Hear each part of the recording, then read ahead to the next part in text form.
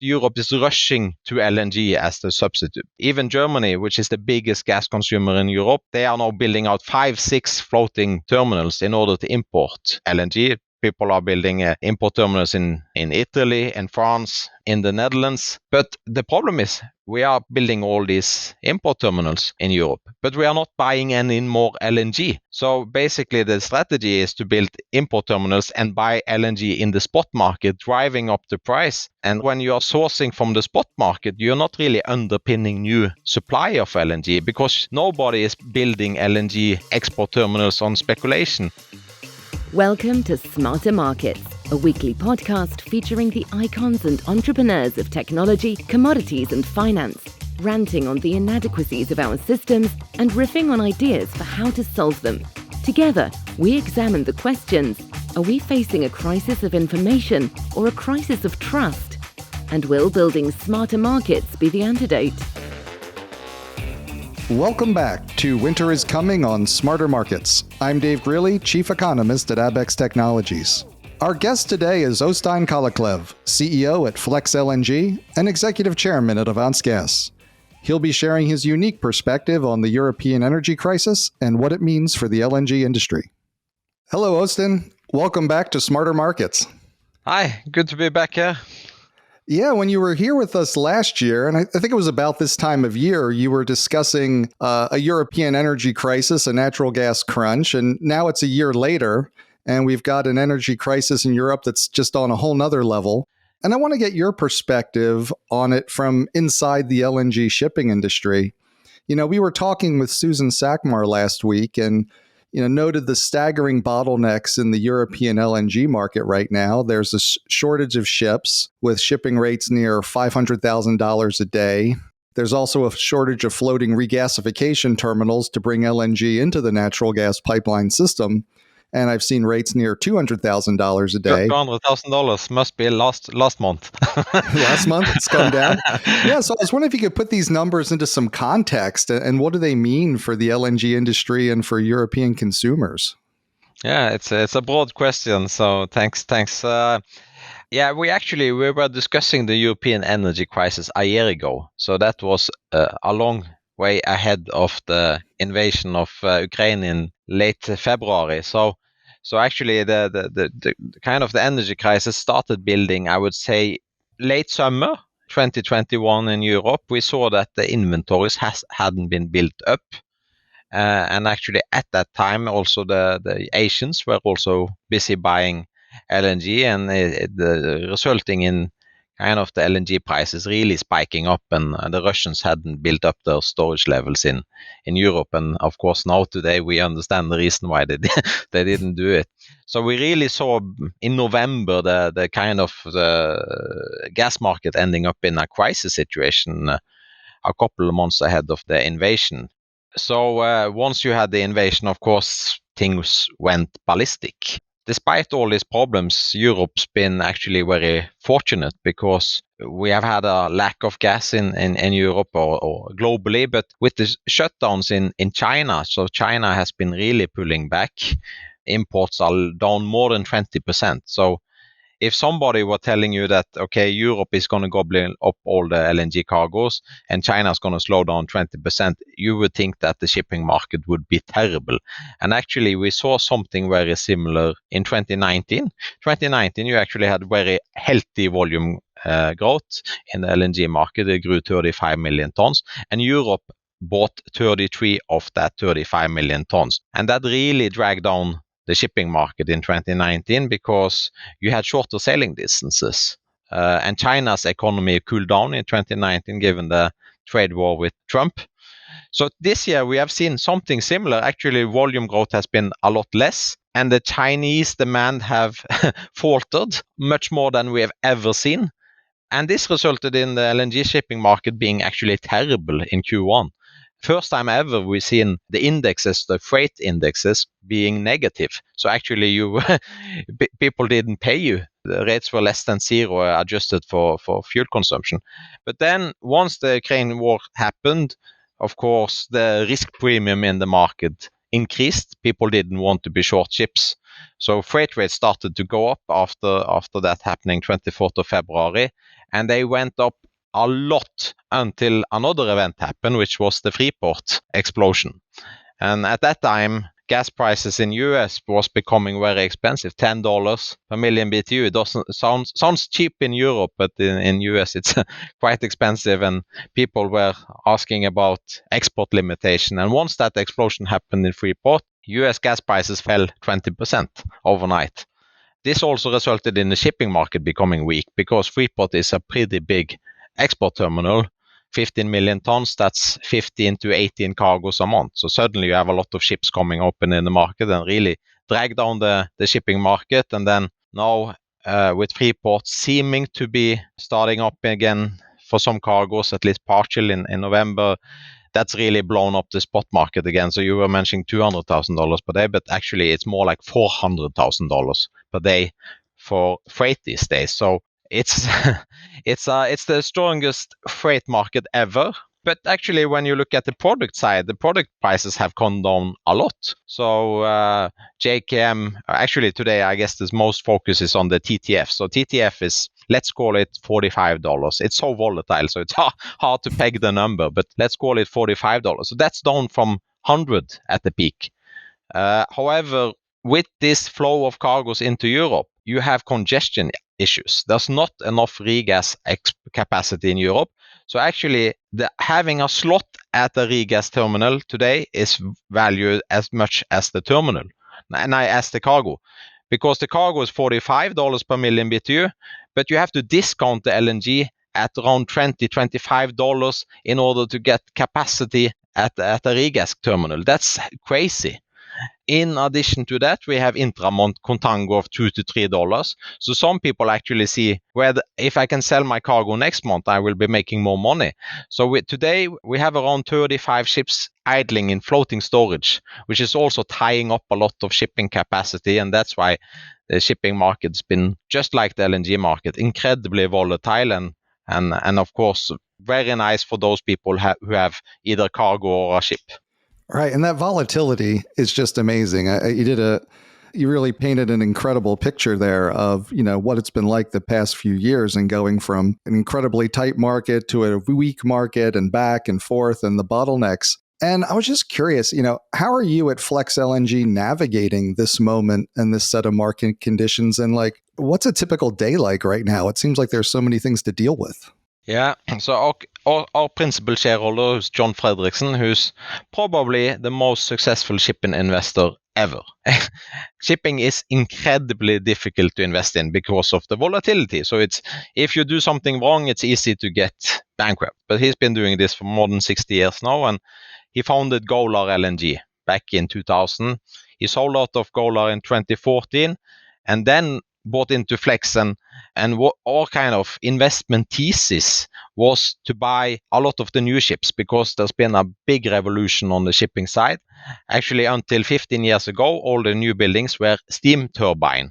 So anybody who has some history recollection, they know that a steam turbine is not very efficient. But the ships were actually built with steam turbine engines, and there are still 200 of them in the market. And then we eventually ended up with diesel engines, first medium speed and now slow speed. So our thesis at the time when we did the investments, mostly in 2017-18, was there's some new ships. They are 60% more efficient than the steam turbine ships. And that's a lot of money, you're saving 60%. So we bought the ships when prices were low, basically $185 million per ship. The price of a ship today is $250 million. So there's certainly been inflation also on the shipping side, because shipping is tight. Then when we took delivery of the ships starting 2018, 19, 20, 21, we took our last ships for delivery. We thought that we're going to just play the spot market here until we find a good shipping market, and then we're going to start fixing the ships on attractive long-term charters. So until 14th April last year, we had 13 ships and 13 spot ships. So everything was spot. Of course, that means that you really have to be on top of the market because of the volatility, because you can easily lose a lot of money. But even through COVID 2020, we managed to navigate and make money. And then starting April 14, we started fixing out ships on longer term charters. So we did the 5 first with Cheniere, which is a big US exporter. And then we've actually, in June this year, we fixed our last 3 ships for 1 ship 10 years and 2 ships for each 7 years with a super major. So basically we know it's a lot less volatile than it used to be. We have 1 ship on index linked to the spot market, but the remaining 12 ships are fixed on, typically 3 to 10-year charters with the big players. So our volatility in our income now has gone down quite a lot right now, maybe sadly, because it would be fantastic having more spot exposure in this market. Right. And one of the other things that there's more exposure to, you guys made the investments well ahead. And one of the big risks to investment, I guess, is always a change in policymaker attitudes. And there's such an intense public and policymaker focus on the LNG market right now in Europe. Calls for price caps, new pricing benchmarks, people noting that discrepancy, large discrepancy between the price of pipeline gas at TTF and LNG off the coast. And I was curious if the policy environment is affecting you, and are you noting a change in how the industry is being viewed by policymakers and the broader public? Yeah, no, it's a good question. I think 5 years ago, a lot of people were very bullish on LNG because you basically should substitute coal with natural gas and you can reduce your CO2 emissions 50-60%. But the reason why US started replacing coal with natural gas basically 100 years ago in the northeast of US was because of the pollution, not the CO2 emissions. But if you burn coal, you have all the smog and all the ash and soot, which is basically destroying cities. And then later on, we had the same development in Europe, not driven by CO2, but by cleaning up the local air pollution. And this is a huge problem. Every year, 10 million people are dying prematurely because of bad air pollution. And of course, coal is the big problem here because most of the people dying today from air pollution is people living in China and India. And they are the big coal consumers. So, but I think we have had a policy in Europe which has been very populistic, short-term, and narrow thinking, where we said, okay, we're going to go for coal to wind and solar. Wind and solar is intermittent. And then, of course, we're not even going to have nuclear as well. So how are you going to create a kind of energy system?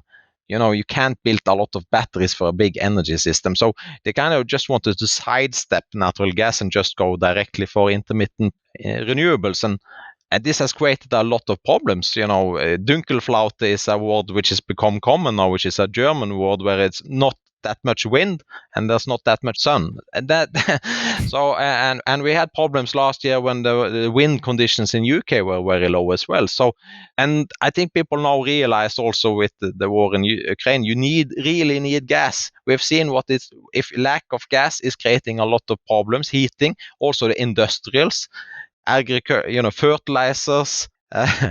So I think now, of course, Europe is rushing to LNG as the substitute. So even Germany, which is the biggest gas consumer in Europe, they are now building out 5-6 floating terminals in order to import LNG. People are building import terminals in Italy, in France, in the Netherlands. But the problem is we are building all these import terminals in Europe, but we are not buying any more LNG. So basically the strategy is to build import terminals and buy LNG in the spot market, driving up the price and resulting in countries like India, Pakistan, Bangladesh, they're not able to source it anymore. And also when you are sourcing from the spot market, you're not really underpinning new supply of LNG because nobody is building LNG export terminals on speculation. These are multi-billion dollars investment. So the only way to build them is to have long-term contracts, 10, 15, maybe 20 years. But Europe is reluctant to do that because of the incoherent energy policies. Okay, let's solve this problem right now, buying in the spot market. But I'm not going to sign up for a 20-year LNG offtake contracts because in 2042 I need to be 100% renewable. So that is creating problems, and so we haven't solved anything. We are going to solve some bottlenecks on the regas capacity side, but we are not solving the problem, which is the supply of gas. And that incoherent energy policy, it's so important because even in the shortest of short terms, right, there's been a huge policymaker focus on getting European natural gas storage filled before winter. But of course, even to just make it through this winter without painful shortages, we'll need a steady supply of gas. And I'm curious, like, what do you see in the market in terms of, is there a sufficient reliable LNG flow scheduled for even this winter? No. I think Europe has been able to now fill up storage at 90%. That has happened because Russia has been flowing gas until recently. Europe has been buying up all the LNG spot. More than 70% of the US cargoes gone to Europe. Last year it was like 20-25%. Usually the cargoes from US, 70-80% gone to Asia. No, 70-80% are going to Europe. And that's happened because China have stopped importing because of the COVID lockdowns. Those COVID lockdowns is not going to last forever. So once they are opening up gradually Hong Kong. China is going to import more of the cargoes. So next year, we are 90% now. We're going to draw down this very quickly. And once you're getting close to 30%, people are will panicking. And of course, we've been lucky with the weather in October. Prognosis is we're not going to be as lucky as November and December. So once we're getting out of this winter, and of course we have managed to get to 90% by also destroying a lot of demand in the industrial base because prices have been too high. But next year will be more challenging because you cannot rely on as much flow from Russia. And also sourcing as much LNG as Europe has been doing this year, next year, might be more challenging because the Chinese might be back buying more volumes as well. And then there's not really a lot of new LNG coming to the market next year. So supply of new LNG to the market will be pretty muted, both 23 and 24. And then from 25 onwards, you will see more a pickup, especially from Qatar and other players, but that LNG has been contracted to other people and not Europe because Europe is not signing up any new offtake agreements. Germany has signed up one LNG contract this year and it was pretty small as well. Wow. And I want to come back to a point you had brought up with Europe's focus on spot contracting and what that's doing to the price and bidding away cargoes from other countries that would normally take them in. Now, you've said China, a lot of their reduction in demand was coming off of the COVID lockdowns, but there are many other countries in Asia, hearing of blackouts in Bangladesh and shortages in Pakistan, where this European pull on LNG, which is helpful for Europe, but it's coming at the expense of other countries and other consumers that are now being priced out of the market. And I was curious, like, how much you're seeing this impact. And I know you said, a number of your ships are on a longer term charter at this point, but are you seeing a big change in shipping routes related to all this? Yeah, yes, we do see that. We see, of course, a lot more cargoes are flowing into Europe, which actually have been beneficial in terms of having crew rotation. A lot of Asian countries still have limitations on getting people off and off on the ships. China, it's been impossible for more than 2 years now. So having the ships sailing US, Europe makes at least the crew rotation a lot easier. We also see a lot of more ships idling, either idling in floating storage or the ships are just idling in, which you would think is incredible when freight rates are $400,000. Why aren't people renting out the ship, collecting a lot of freight instead of idling the ship? But the reason is the value of the cargo is so substantial that even if you could make a lot of money, if you don't get your ship back in time, you are losing out on the cargo economics, which is a lot more. So yeah, we do see that it is affecting the routes, and actually ton miles been dragged down a lot this year. So if you just looked at the ton mileage, sailing distances, you would think that the freight market would be terrible this year. But the thing is that has adjusted for it is the ton time. So the time and the speed has gone, so time's gone up, speed's gone down, so that it takes more time to load and discharge a cargo than usual because of the congestion issues and the floating storage. I want to ask about the floating storage because, I mean, obviously LNG isn't like crude oil or, sitting in a tanker. Like, you have to keep this incredibly cold or it starts boiling off. Like, how practical is it to have LNG sitting, offshore in these tankers? Is there a sufficient or significant loss of cargo? Yeah, it's right. You need to keep it at minus 162 centigrades, which is minus 260 Fahrenheit. And then in order to keep it at atmospheric pressure, you need to vent out the boil-off gas. And the boil-off really depends on the ship. Newer ships are a lot better insulation. So if you have like an old steam turbine, typically the boil-off rate is 0.2%. So every day, 0.2% of the cargo is lost in evaporation. So you need to take that pressure out of the tank, otherwise it builds up. So, but of course, you're not venting this, you're burning it. So you're using it as fuel. So it's very handy in terms of you have fuel on the cargo tanks. Newer ships. So typically a new ship today would have a boil-off rate of somewhere around 0.05 to 0.85%. So the boil-off has been reduced 50 to 80%. And some of them also have reliq systems. So you are actually able to take the boil-off that's coming off the tank and reliquefy it and put it back to the tank. Of course, it consumes some power, but that's also feasible. We have partial reliq system on 4 of our ships and full reliq on 3 of the ships. So that makes it a bit more handy to storage them. But as you said, it's not like crude oil where you can be sitting for a long time. So floating storage tend to be shorter in nature, typically 1 or 2 months. It's very rare you see ships idling with a cargo more than 2 months. So that is, and also because you need to basically flare the boil off in the funnel because you don't want to vent it since it's methane. So you then are just flaring it, which is wasteful, or you need to use power to reliquefy it. So that is kind of like an economic hurdle of having longer storage time. Right. And I want to, you've brought up several times that Europe is still pretty much keeping itself reliant on spot cargoes, the spot market for LNG, not undergoing longer term contracting in any significant way, in part because of what you said was the incoherent energy policy of believing, well, we're going to be off all fossil fuels, in 10 years or 20 years or what have you. But I'd like to get some of your other thoughts on some of the longer term effects of this crisis on the nature of the LNG business.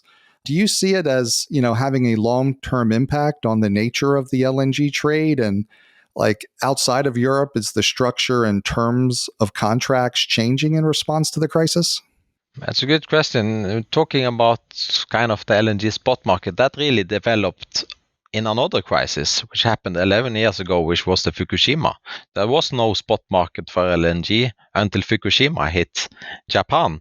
And then suddenly, with all the nukes down, they really had a shortage. And that created the LNG spot market we know today. It was a bit different because it was portfolio player basically rebalancing the supply and pushing more LNG into Japan. So 11 years later, it's another crisis, which is the war in Ukraine, is changing the spot market of LNG where Europe is coming in. Whether it will change, I think the people in Brussels are thinking very short term. That's the problem. Norway, where I'm reside, is one of the biggest gas exporters in the world. We had long-term contracts with Europe, or not we, but the oil companies had long-term contracts linked to oil at a discount. So typically like the Asians are buying today. There's not really a LNG crisis in Japan or China or South Korea because all their supply is linked to oil with a discount of 20-25%. So while we are paying in Europe, let's say today, close to $200 of barrel of oil equivalent, they are paying $70. So we had these contracts in Europe as well. And then the European Commission said this is anti-competition. and they forced a breakup of existing contracts because they wanted to have a spot price on all the contracts. And Europe saved a lot of money for 10 years on this because the spot price was much lower than what the oil price index would have made, especially in COVID. In 2020, the price of LNG in Europe, or TTF gas, was breaking below $1 per million BTU, which is equivalent to $6 per barrel of oil. This year it's gone up to more than 100. And now they are saying they want to have price caps and they want to renegotiate contracts. This is not really a way to have policy and kind of predictability for the actors in the industry to invest.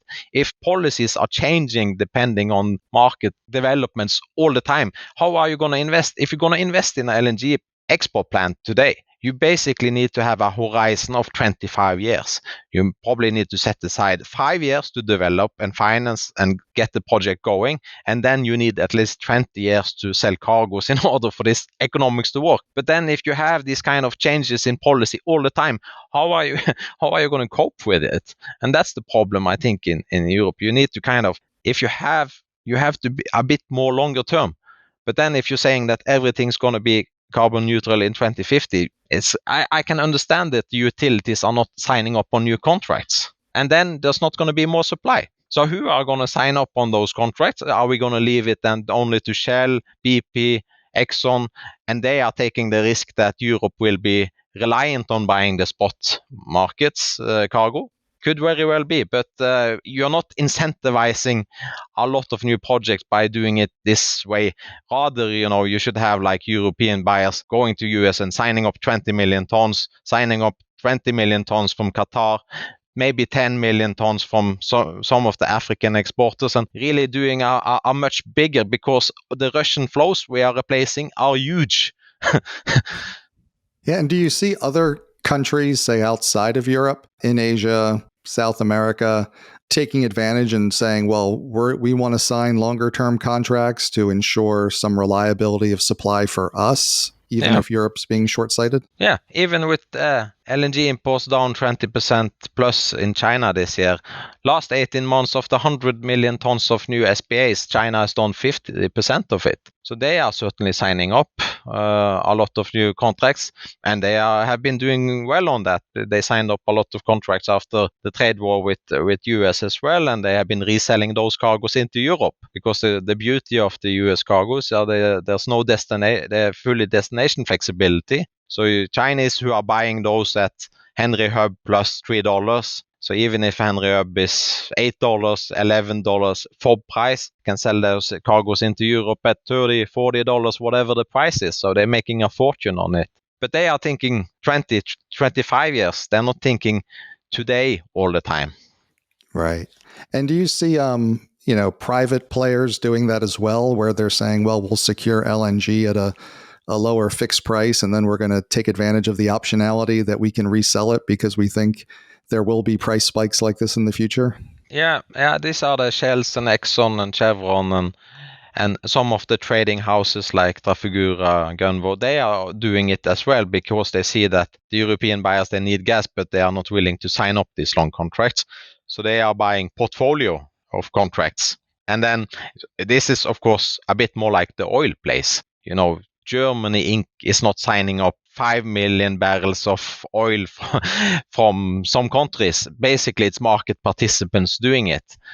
So I'm not saying that the government should intervene to do it, but the problem is their policies and their signals to the market actors are resulting in them not signing up on something because they don't know whether there will be a market in 10 years' time.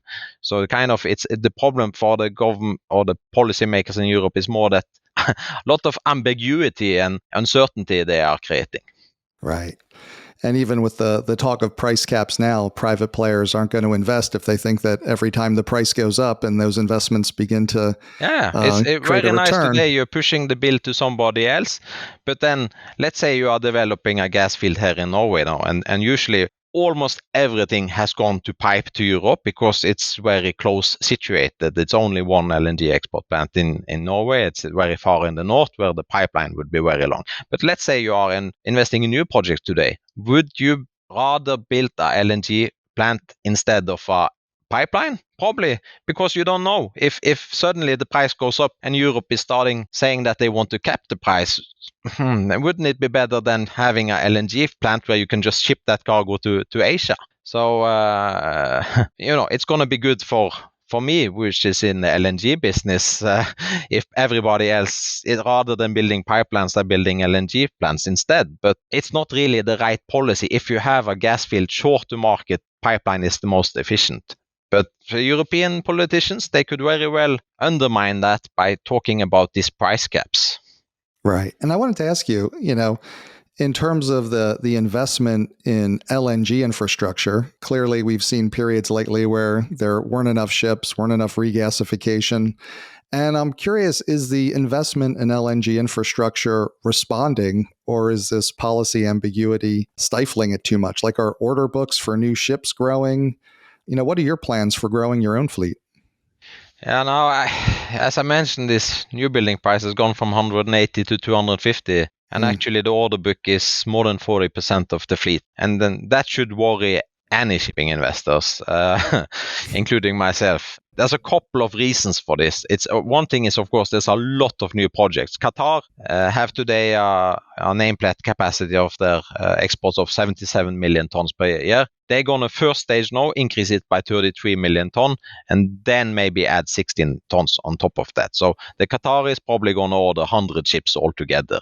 So and then you have some new projects in US, especially Venture Global and Cheniere. They are pushing forward new projects. So there's a lot of new projects. Of course, it's not enough. If Europe is going to replace all the gas from Russia with, they can't replace everything with renewables. They need actually to replace most of it with gas. What we are doing in Europe now is to replace it with spot LNG and a lot of coal, which is the opposite where we were planning. But so you need a lot of new ships for the new projects. So we have seen a lot of investment on the shipping side, but mostly almost all of those ships are built towards a new contract, so not on speculation. On the upstream part of the business, you would have thought it would be more.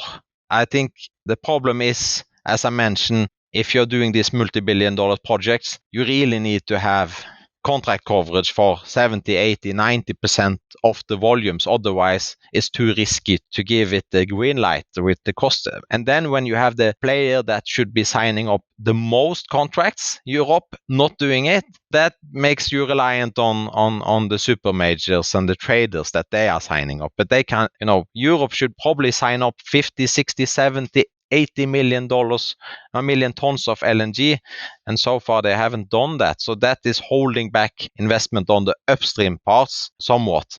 With this kind of huge challenge you have, replacing pipeline gas from Russia with LNG, and also getting rid of coal in Europe, then investments should actually be bigger in my mind. Yeah, and that brings me to, the final question I wanted to ask you, and I think we've touched on parts of this, but looking beyond this winter and out over the next, 5, 10, 15 years, as the CEO of a LNG company, like, what do you need to do your part in providing reliable, affordable energy to Europe and to the world? Yeah, it's our business is basically to transport the LNG to the market, which is willing to pay the highest price. Of course, we are not instructing our ships where to go. Actually, it's every fixture in LNG is a time charter. So the guy renting the ship, they will instruct where to load the cargo and where to discharge. And this is up to market forces, which it should be. What we are delivering is the most efficient ships. So all our 13 ships built between 2018 and 2021 are the most efficient with the most modern diesel engines. So that is, as I mentioned, resulting in the efficiency of these ships compared to the older ships has been increased 60%. So that is our part of the value chain. And we have built all our ships on speculation, actually. So we haven't built them towards contracts. We have thought that these are really good ships. Prices are good. Let's invest $2.5 billion in these ships and let's see if we can fix them out. It takes usually 3 years to build an LNG ship. Right now, lead time is more like 4.5 years. And then I listened to one of your podcasts recently, which was with Jeff Curry in Goldman Sachs, which I've talked to in the past. And he had a very good point because there are some similarities today. we have this inflation. Yesterday was US CPI numbers still above 8%. So inflation is high. And of course, inflation today, as back in the 70s, is driven a lot by energy. People thought energy was irrelevant. It was so small part of GDP. Energy companies in the S&P index went from 15% of the market cap to, I believe, they were down to 3%. So a kind of energy was this dinosaur, old industry that nobody really thought much about. Now with energy prices coming up, we do see how important energy is, and having reliability of supply and also affordability.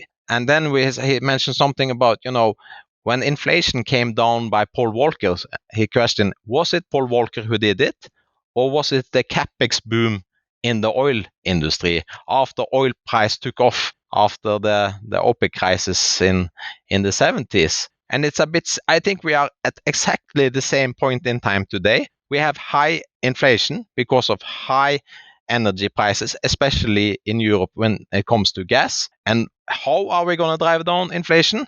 It's a capex boom in LNG. So that's what you have to create. I don't think people in Europe are willing to start doing shale. They don't even are willing to take out more gas from the Groningen gas field because house owners don't like it. So if you don't want to use that gas resource, then you need LNG. So you need a capex boom in LNG, much bigger than we are seeing today. We are seeing quite rapid growth on the LNG upstream part. I mentioned there's a lot of ships for construction, but it's not big enough because the challenge we are facing is much bigger than people are realizing. We're trying now to patch it up with some gas subsidies, caps, but this is a much bigger problem. We have to start thinking 10, 15, 20 years, and then we need more LNG. But also the LNG industry also need to start decarbonize. So, of course, CO2 emissions, replacing coal with natural gas, you reduce it 50, 60%. But there's a big problem, and it's the methane emissions need to be reduced to close to zero.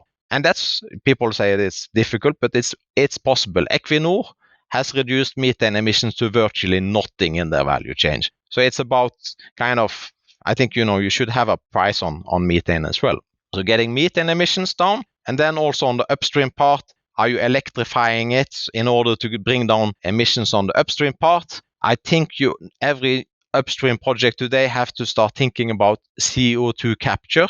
So you are capturing the CO2 during that process. And then we also need to start thinking about the CO2 capture when you're burning the natural gas. Because if you are managing to do that, you have basically made CH4, which is methane, into hydrogen. So you have been able then to create hydrogen in a much easier way than burning hydrogen, because that's complex and inefficient process.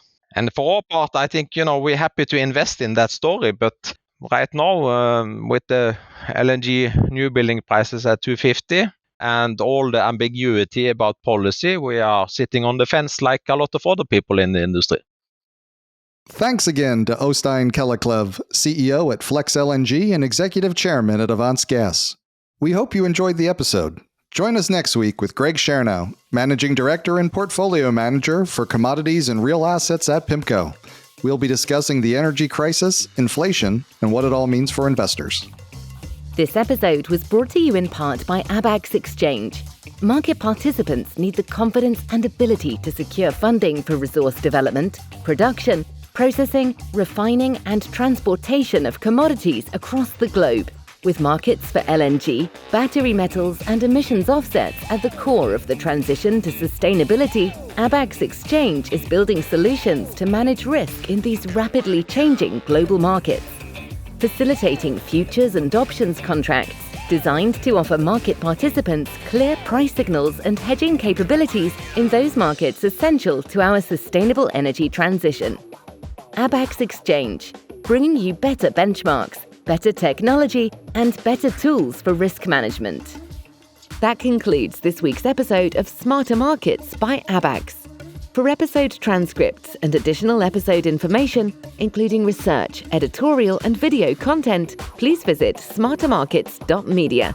Please help more people discover the podcast by leaving a review on Apple Podcast, Spotify, YouTube, or your favorite podcast platform. Smarter Markets is presented for informational and entertainment purposes only. The information presented on Smarter Markets should not be construed as investment advice. Always consult a licensed investment professional before making investment decisions. The views and opinions expressed on Smarter Markets are those of the participants and do not necessarily reflect those of the show's hosts or producer.